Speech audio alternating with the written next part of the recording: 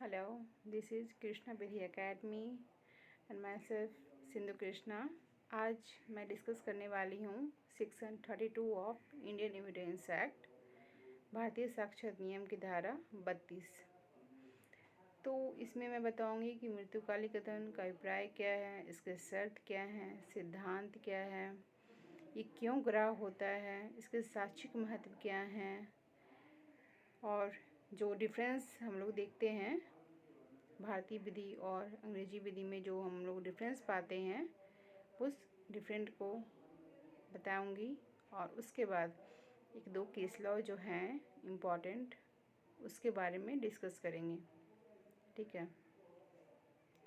तो मृत्युकालिक कथन का अभिप्राय क्या है, इसका अर्थ क्या होता है?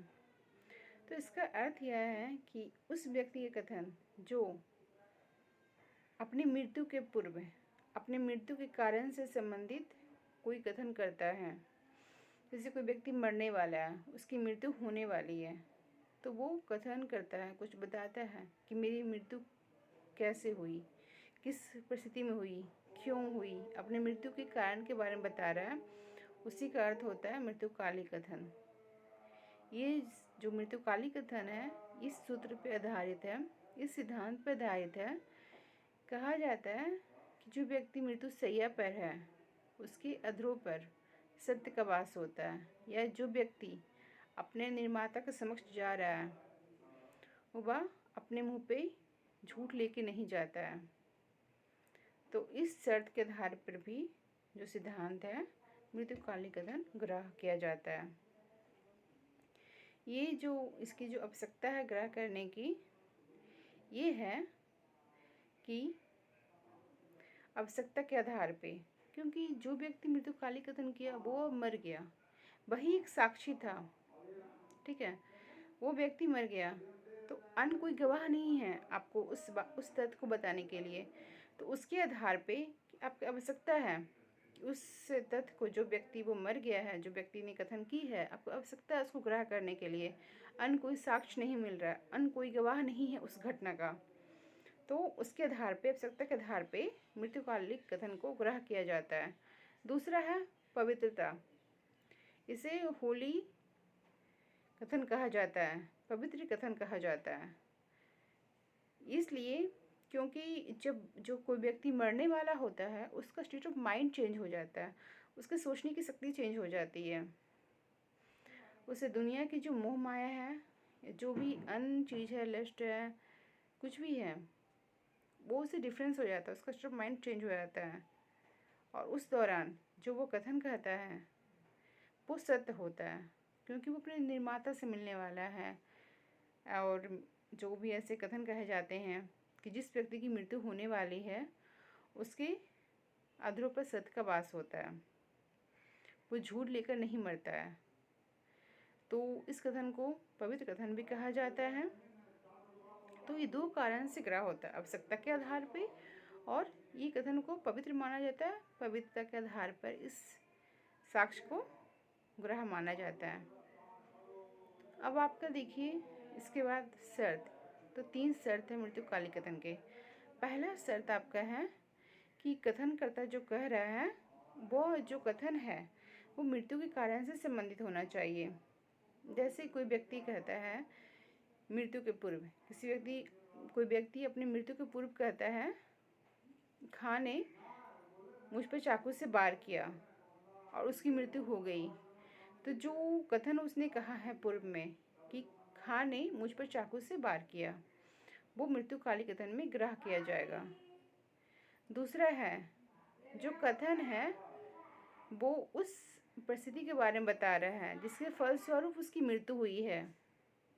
जैसे कोई लेडी की मृत्यु होती है, उसके पहले वो बताती है कि मेरे घर में चोरी हुई थी, चोर ने मुझ पर हमला किया जिस कारण से मुझे चोट आई। तो ये देखिए, चोरी का उसकी मृत्यु नहीं हुई है, चोरी में चोट जो पहुंची है उसके कारण उसकी मृत्यु हुई है।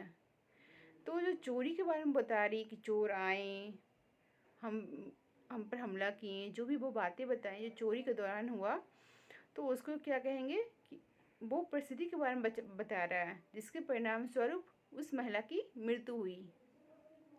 तीसरा है, कथनकर्ता का मृत्यु होना आवश्यक है। जो कथन कर रहा है उसका यदि मृत्यु हो जाता है तो वो मृत्युकालिक कथन में ग्रह किया जाता है, अन्यथा नहीं। यदि जो व्यक्ति कथन किया है और वो जीवित बच जाता है तो उसके कथन को मृत्युकालिक कथन के रूप में ग्रह नहीं किया जाएगा। उसे 157 एविडेंस एक्ट सेक्शन 157 के अंतर्गत उसके जो कथन है उसमें लिया जाता है, ठीक है, उस सेक्शन में, ना कि 32 के अंतर्गत ग्रह किया जाता है, ठीक है। फिर आप आइए इसके कि क्या प्रारूप है मृत्युकालिक कथन का, जो है कैसा फॉर्मेट है। तो मृत्युकालिक कथन कोई फॉर्मेट नहीं है, कोई प्रारूप नहीं बताया गया है। ये आप लिखित कर सकते हो, मौखिक कर सकते हो, बोल कर सकते हो, आचरण के द्वारा कर सकते हो, संकेतों के द्वारा कर सकते हो। यदि कोई मजिस्ट्रेट जो मृत्युकालीन कथन लिया है और उसे अनुवाद किया है कि लैंग्वेज में, उसे भी आप मृत्युकालिक कथन का प्रारूप के अंतर्गत माना जाता है। इसका एक बहुत ही इम्पॉर्टेंट केस है, यून एम्पायर बनाम अब्दुल्ला का केस है। उस केस में ये हुआ था कि एक लेडी की हत्या कर दी गई और वो हत्या के पूर्व उसका गला इतना कटा हुआ था कि वो बोलने में असमर्थ थी, अपने बात को बोल नहीं पा रही थी। तो उस दौरान अपने मृत्यु के पूर्व उसने इशारों से अपराधी का नाम बताया, अभियुक्त का नाम बताया।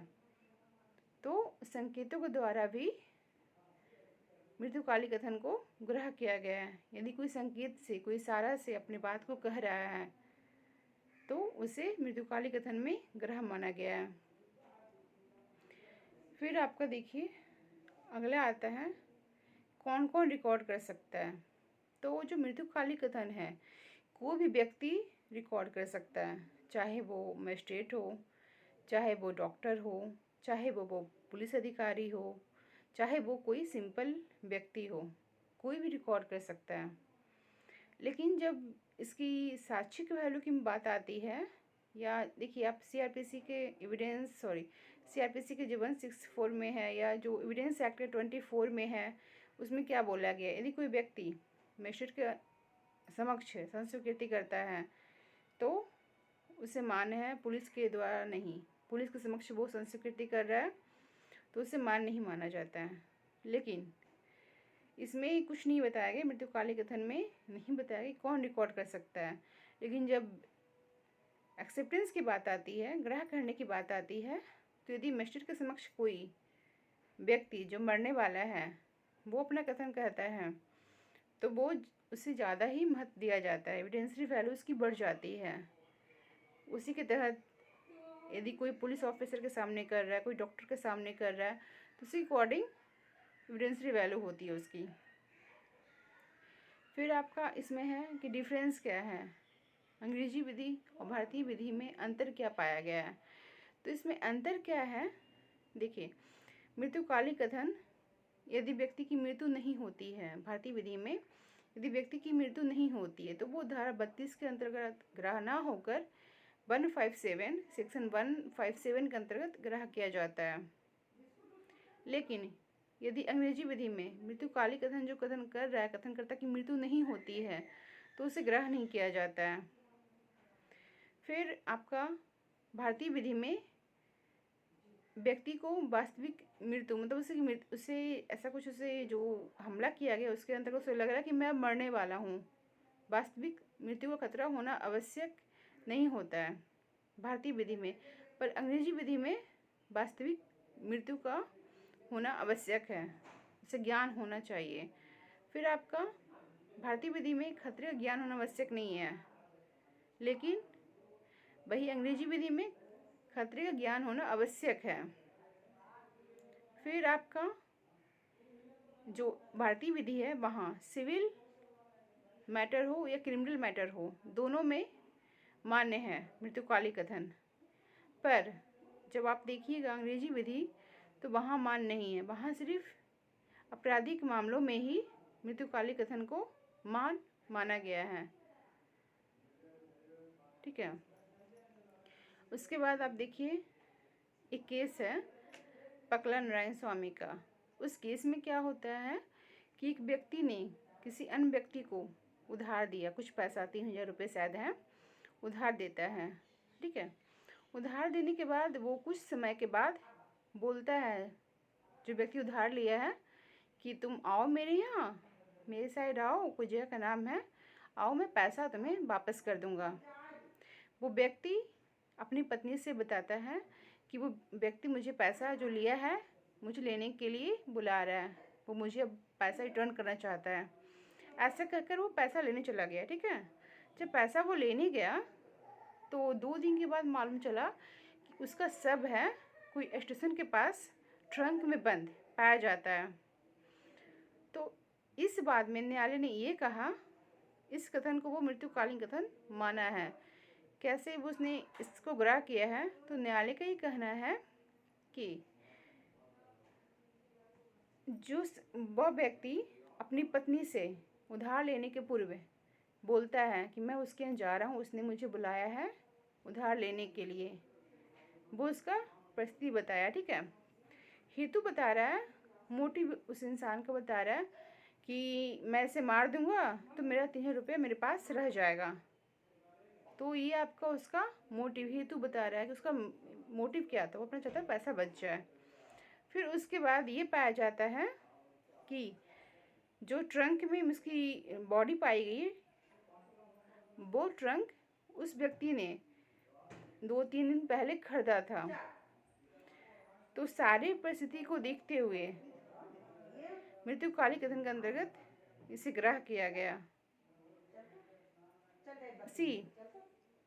मृत्युकालीन कथन ग्रह करने के लिए, चाहे वो रामनाथ का केस हो, खुशहाल राव का केस हो, सब में यही कहा गया है कि जो मृत्युकालीन कथन किया गया है, जो व्यक्ति मरने के पूर्व अपना कथन कह रहा है, उसमें यह आवश्यक होता है कि जो कथन कहा है उसे अन्य साक्ष्य के द्वारा, जो भी अन्य साक्ष्य उसके लिए दिया जाए, उसके समर्पण में अन्य साक्ष्य की संपुष्टि आवश्यक है। कोई कथन किया गया है तो उस कथन को अन्य साक्ष्य से सिद्ध किया जाना आवश्यक है, अन्यथा नहीं। सिर्फ मृत्युकालीन कथन के आधार पर आप किसी व्यक्ति को दोषित नहीं कर सकते हैं। किसी ने मृत्युकालीन कथन कह दिया, मृत्यु के पूर्व बोल दिया, उसके आधार पर आप किसी को दोषित नहीं कर सकते हैं। Thank you.